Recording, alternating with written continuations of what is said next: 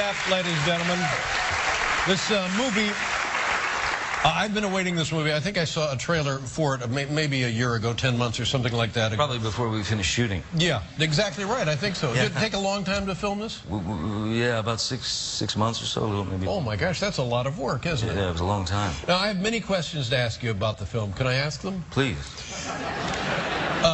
When a person writes a script like this, and it comes time for action, adventure, on the screen it looks complicated and impossible, not just to shoot and create, but how is it written in the script? Does it just say, okay, now fill in some time here with action adventure, or is it carefully written out in the script? Carefully written out in the script. So somebody has to imagine it, write it down, and then the director has to do it. Indeed, yeah. No, those enormous action sequences in the film were dreamt up by Gore Verbinski and the writer Justin Haith. It's crazy stuff. Yeah. And here's another question for you.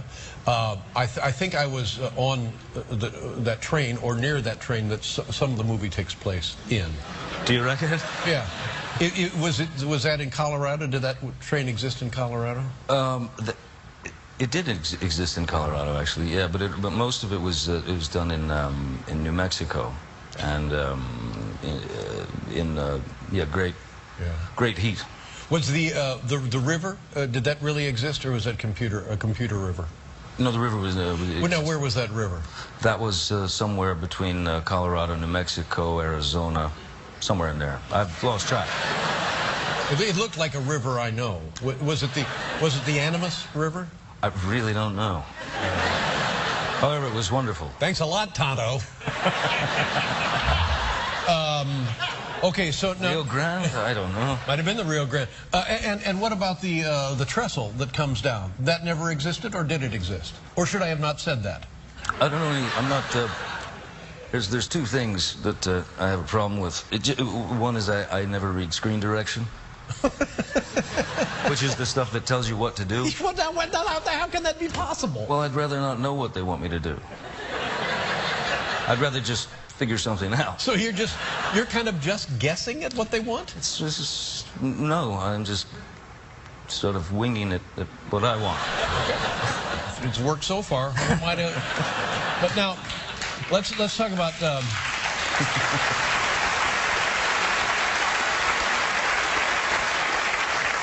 As beloved as the Lone Ranger is, there was always something not right about the part of Tonto, how he was portrayed.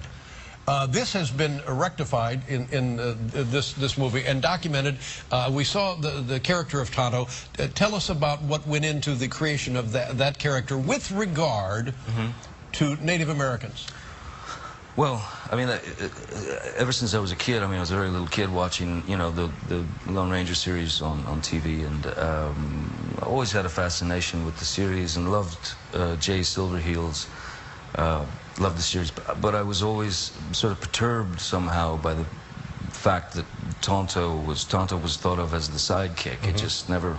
Kind of the errand guy, really. Errand boy. Yeah. It just didn't set well, you know, and so... It's been something that I've felt very passionate about for a long time, and the idea that Native Americans have been misrepresented horribly throughout the history of cinema and television. So I thought it was a great opportunity to flip that cliche on its head and bring the respect and back to these people, these dignified people. And when you created the character, did you then seek guidance or input or approval from Native Americans? Did you show them what you were up to? Oh, most assuredly, yeah. No, I went to, I mean, I had a very, very close relationship with the Comanche Nation, and the Navajo allowed us into their world as well. And yeah, learned quite a lot, and they were very, very helpful. Yeah, and pleased with this depiction of Tonto in the film? Yeah, so far. Yeah. You know, I mean, there's always going to be, you know, naysayers and this and that, but which I expect. But I mean, the thing is, it was approached with only good intentions, and if there's 15 kids, 20 kids on a reservation somewhere who can watch this film and walk away feeling proud of their heritage, proud of their culture, and want to keep their language alive, their culture alive.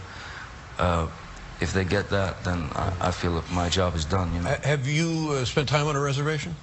I have on several, yeah. Mm-hmm. I have just briefly. Yeah.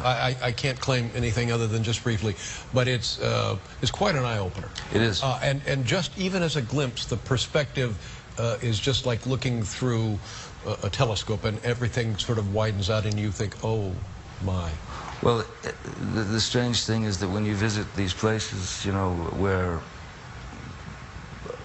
essentially what you're seeing is the repercussions of what happened 100, 200 or more years ago, of people that have been, you know, attempted to be beaten down, you know, or to feel lesser than, and that's what I want these kids to know. What do they say anthropologically about how long people were in North America, on North America, before white men came here? Was it 20,000 years? Was it longer than that? I have no idea. Yeah.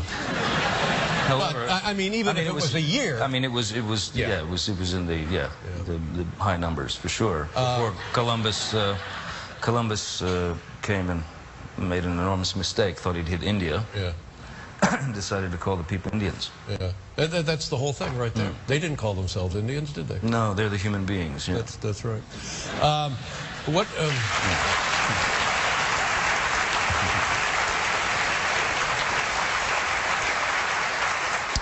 But I'm right in that the portrayal of Tonto and his life sort of mirrors that of the existence of Native Americans, doesn't it? Most definitely. Exploited and then crushed by the white man. Indeed, damaged. I mean, you know, a little boy damaged by white man's greed. Yeah.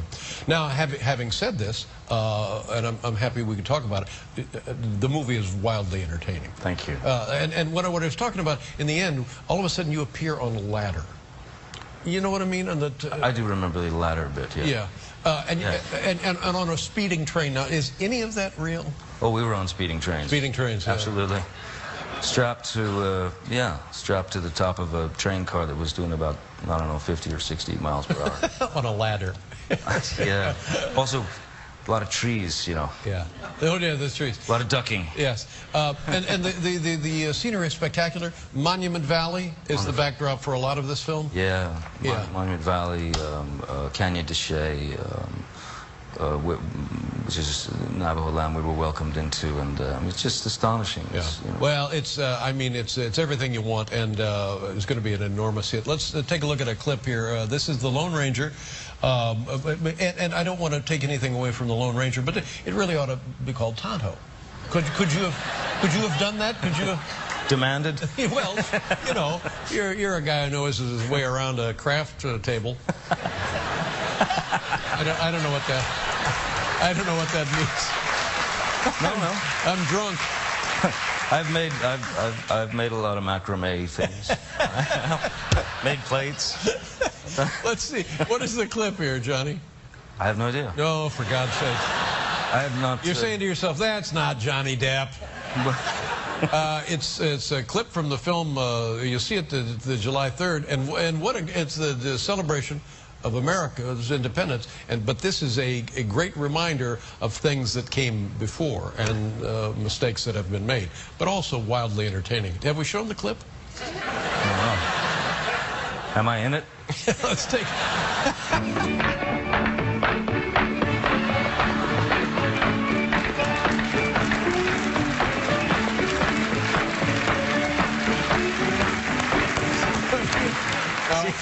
See, that's the kind of stuff I want to do. That's right. That's it. Now, just imagine that on the big screen. Big special effects, folks. A fat kid in chaps. There's all right, let's better. try it. Let's try it again. Here is the Lone Ranger. Wow. Wow. Now, did that happen? A lot of that, yeah. Did you get hooked and pulled off by the chain like that? I was yanked off. Yes, I was. Now we're talking about something else, Johnny. Settle down here. For God's sakes, can you keep your mind on the movie? Every time I turn around. That clip you showed before. Yeah, I know. But it's God, it's a lot of fun. And I'm sorry. That's all right. Pardon. This movie is so enormous. How does one know that one has everything one needs on film to make sense of this movie?